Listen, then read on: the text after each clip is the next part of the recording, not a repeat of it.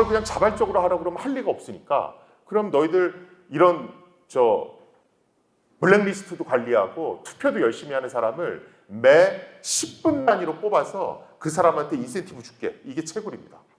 그래서 이 얘기를 많이 들어보셨죠? 맨 처음에는 비트코인 50개를 줬고 4년이 지난 다음에는 비트코인 25개를 주고 그 다음에는 12.5개를 주고 기타 등등. 사토시 나카모토가 처음에 비트코인을 만들 때는 인센티브 제도를 도입했어요. 도입을 했는데 예를 들어서 열심히 한 사람한테 비트코인 50개씩 매 10분 단위로 뽑아서 주면 시간이 흐르면 흐를수록 비트코인이 넘쳐나죠. 그러면서 인플레이션에 빠집니다. 그러면서 비트코인의 가치는 하락되죠. 그걸 막기 위해서 4년을 주기로 인센티브 개수가 절반으로 떨어지게끔 프로그램을 짜놓습니다. 그래서 처음 4년 동안은 열심히 한 사람한테 비트코인 50개씩 주는 거예요. 그 다음 4년 동안은 25개씩 줍니다. 그리고 그 다음 4년에 12.5개씩 주죠. 그래서 이걸 우리가 반감기 이렇게 보통 얘기를 합니다. 왜 4년마다 절반 떨어지겠습니까? 그냥 사토시 나카모토가 그렇게 정한 겁니다. 저 인센티브도 코인마다 설계하는 게 전부 다 다릅니다. 자, 그래서 대충 보면 이렇게 4년마다 절반으로 떨어지면 언젠가는 마지막 비트코인이 인센티브로 주어지고 그 다음부터는 더 이상 코인이 인센티브로 지급 안 되겠죠. 대충 계산해 보면 2140년 정도 되면 마지막 코인이 인센티브로 지급되고 더 이상 비트코인으로 열심히 한 사람한테 인센티브를 주진 않습니다.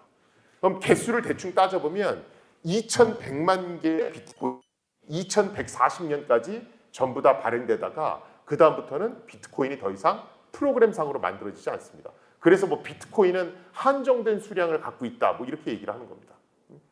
자, 그런데 사실은 이 2천만 개 때문에 많은 분들이 좀 잘못 알고 계신 게 있어요. 뭐냐면 비트코인은 사토시 나카모토가 만들 때 정확히 2100만 개의 비트코인만 프로그램상으로 발행되고 더 이상은 만들어지지 않게끔 만들어 놨습니다. 하지만 비트코인 다음으로 유명한 암호화폐 이더리움은 매년 발행량을 조금씩 늘려갑니다. 그래서 여러분들이 암호화폐를 보면 비트코인처럼 발행량이 고정된 화폐도 있고 고정된 코인도 있고 이더리움 같이 매년 발행량을 조금씩 늘려가는 코인도 있습니다. 그래서 모든 암호화폐, 모든 전자화폐는 발행량이 고정 이렇게 얘기하시는 건 틀린 얘기입니다.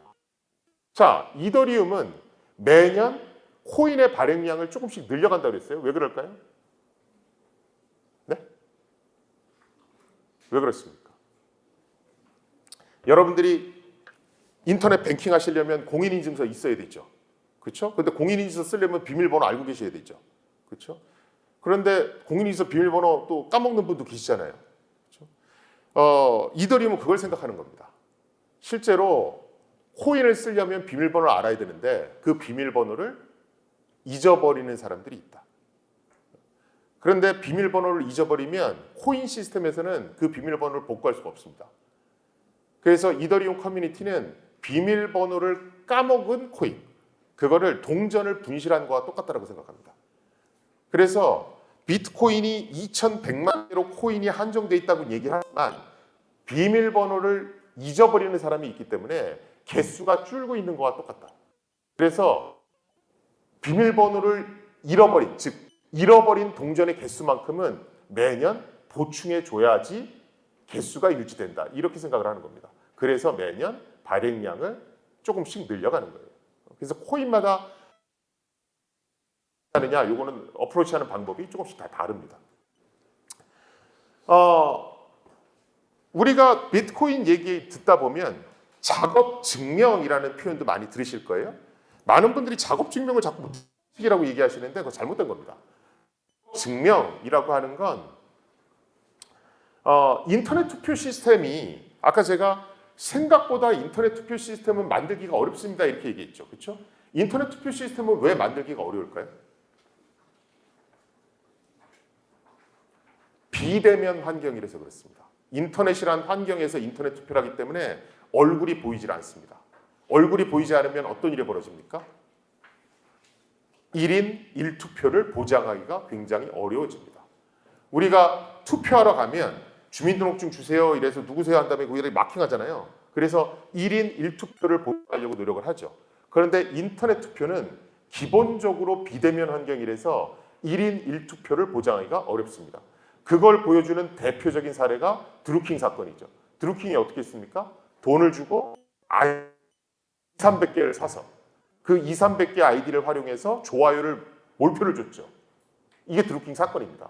그래서 실제로 인터넷 투표할 때 아이디를 왕창 사들인 다음에 그걸로 몰표를 주면 투표를 조작하는 게 가능합니다. 그걸 전문적인 용어로 시빌 어택 뭐 이렇게 얘기를 해요. 이런 공격을 막기 위해서 비트코인은 암호 퍼즐이라고 하는 개념을 도입합니다. 그래서 여러분들이 보시면 뭐 해쉬 함수를 뭐 풀고 어쩌고 저쩌고 뭐 이런 얘기가 나올 거예요. 그런데 뭐 그 디테일한 얘기는 신경 쓰실 필요 없고요. 작업 증명, 암호 퍼즐 이런 얘기가 나오면 아 저거 인터넷 투표를 교란하는 행위를 막으려고 쓰는 기술이구나. 이 정도만 아셔도 충분합니다. 제가 이걸 왜 디테일하게 설명을 드리냐면 기본적으로 여러분들이 어떤 코인이 좋은 코인이냐 나쁜 코인이냐 기본적으로 이 코인은 저 코인하고 어떤 차이가 있느냐 이걸 분석하시려면 최소한 이 세 따져보실 수 있어야 됩니다. 뭐냐면 아까 제가 블록체인이라고 하는 건 관리자가 없다고 그랬죠. 그렇죠? 그래서 데이터가 불일치하면 다들 자동으로 인터넷 투표를 해서 데이터 보정한다고 그랬죠. 그렇죠?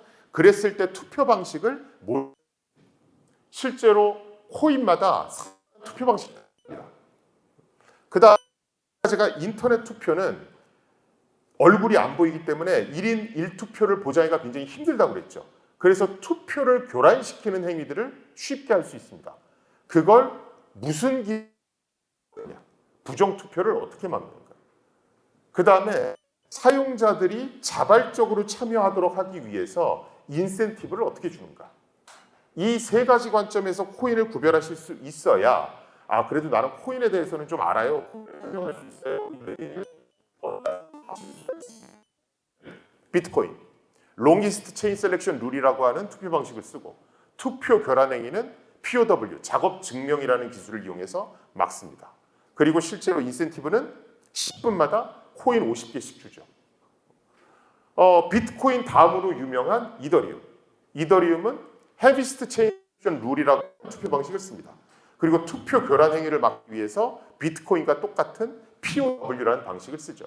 인센티브 방식은 비트코인하고 이더리움이 조금 차이가 납니다. 그런데 최근에 버전 2.0으로 업그레이드했죠.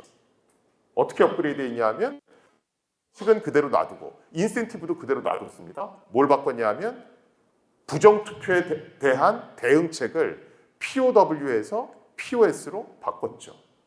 왜냐하면 전기 소비량을 줄게 하기 위해서 막대한 전기 소비량을 줄이기 위해서 하는 겁니다. 그래서 사실은 저런 관점에서 코인들을 볼 수 있어야 아, 이 코인의 장점은 뭐고 단점은 뭐다. 이런 것들이 이제 보이기 시작을 하는 겁니다. 또 아, 얘네들은 투표 방식을 자기네들이 개발한 신기술을 썼구나. 아니면 부정투표 대응책을 신기술을 개발한 거구나.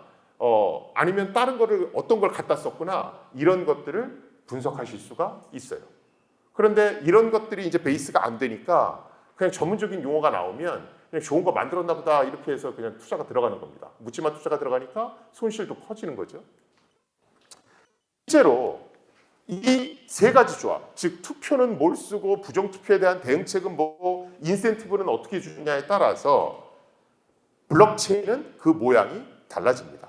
그래서 실제로 여러분들은 블록체인을 그냥 똑같은 거야 이렇게 생각하시지만 블록체인의 모양 이렇게 다 다르게 생겼습니다. 왜냐하면 사용하는 투표 방식이나 인센티브, 그다음에 부정투표 대응책이 다 달라서 그렇습니다. 실제로 맨 위에 있는 얘는 비트코인이 쓰는 블록체인입니다. 요건 이더리움이 쓰는 블록체인. 그다음에 요건 아이오타라고 해서 IoT 기기, 이런 소형 기기에 최적화되어 있는 코인을 얘기합니다. 그래서 이 장단점을 보실 수 있어야 코인이 어떻게 차별화된다를 보실 수 있는 겁니다. 자, 그래서 사실은 블록체인의 본질은 뭐랑 똑같냐, 굉장히 비슷하냐 하면 협동조합하고 굉장히 유사합니다. 중앙에 관리자가 없죠. 사장이 없는 거하고 똑같습니다. 그러면 어떻게 하느냐? 모든 구성원들이 투표를 통해서 의견을 조율하죠. 그렇죠? 이거 협동조합하고 되게 비슷하잖아요. 그렇죠? 그리고 열심히 하는 구성원들한테는 수익을 나눠줍니다.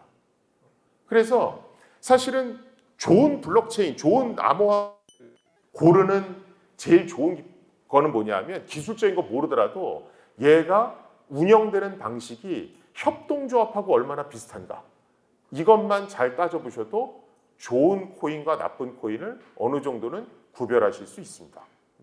예를 들어서 테라루나다. 테라루나는 10위권 안에 들던 코인이었는데 갑자기 쭉 나락으로 빠졌죠. 그렇죠? 실제로 테라루나는 이용자들은 굉장히 많았어요. 이용자들은 전 세계적으로 굉장히 많았습니다.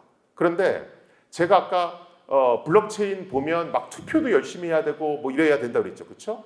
실제로 테라루나는 여러 가지 어떤 이게 옳으냐 틀리냐 이런 여러 가지 사항들을 결정하는 데 있어서 테라루나 개발진들 위주로만 투표가 일어납니다. 즉 운영에 참여한 것이 전 세계 구성원이 아니라 테라루나 회사에 다니는 일부 개발자만 참여한 겁니다. 이거는 바람직하지 않죠. 그렇죠? 협동조합의 형태를 띠고 있지만 실제로 운영은 그 회사 중심으로 이루어진 거니까. 그래서 우리가 보통 코인 볼 때 커뮤니티 활동이 얼마나 적극적으로 활성화되어 있는지를 봐라라고 얘기하는 바로 그겁니다. 그래서 투표에 몇 명이나 참여했고 의견 개진은 얼마나 활발하게 되고 있고 뭐 이런 것들을 보란 얘기입니다. 실제로 사토시 나카모토가 대중하고 이메일로 좀 대화하다가 갑자기 연락을 딱 끊었죠. 그러다가 마지막으로 남긴 메시지가 있습니다. 그 마지막으로 남긴 메시지가 뭐냐면 비트코인이나 블록체인 이런 걸 볼 때 오픈소스 프로젝트 보듯이 봐주십시오 하는 메시지를 남겼어요. 우리는 오픈소스를 뭐라고 생각합니까? 인터넷에 공개된 공짜 소프트웨어 이렇게 생각하세요. 근데 오픈소스는 공짜 소프트웨어가 아니고요. 전 세계 구성원들이 자발적으로 참여해서 그 소프트웨어를 업그레이드 시켜가고 그 업그레이드된 소프트웨어를 전 세계 구성원이 무료로 나눠서 쓰는 것. 이게 오픈소스입니다. 그래서 사실은 아주 좋은 오픈소스들은 보면 굉장히 의견 개진, 커뮤니티 활동이 굉장히 활발해요. 누구나 이것을 업그레이드하기 위해서 의견을 내고 그게 진짜로 좋은지 나쁜지 투표를 통해서 결정합니다. 그리고 실제로 그게 과반수 이상이 좋다 그러면 소프트웨어를 업데이트하는 거예요. 그래서 오픈소스의 철학은 뭐냐면 집단지성을 활용해서 혁신을 가속화하겠다. 이게 오픈소스의 철학입니다. 블록체인의 철학이 이거와 동일합니다. 집단지성을 활용해서 위조화폐를 걸러내고 또 코인을 업그레이드 시키는 것까지도 집단지성을 활용해서 업그레이드 시키겠다. 그래서 코인에서 굉장히 중요한 건 집단지성이 실제로 발휘되고 있는가, 코인을 업데이트 시키는데 일부 개발자만 하는가, 전체 이용자들이 다 참여하는가, 이런 모든 것들을 봐야 됩니다. 그리고 그 코인의 참여자들이 전 세계적으로 얼마나 분포되어 있는가. 그래서 글로벌라이즈 되어 있는 협동조합인가 아닌가를 유심히 보십시오. 사실은 제가 강의에서 이렇게 얘기하지만 외국 애들은 제가 지금 얘기한 것처럼 판단하고 있습니다. 그러니까 이런 기사들이 나오죠. 블록체인이 협동조합 경제를 촉진시키는 촉매제가 될 수 있습니다.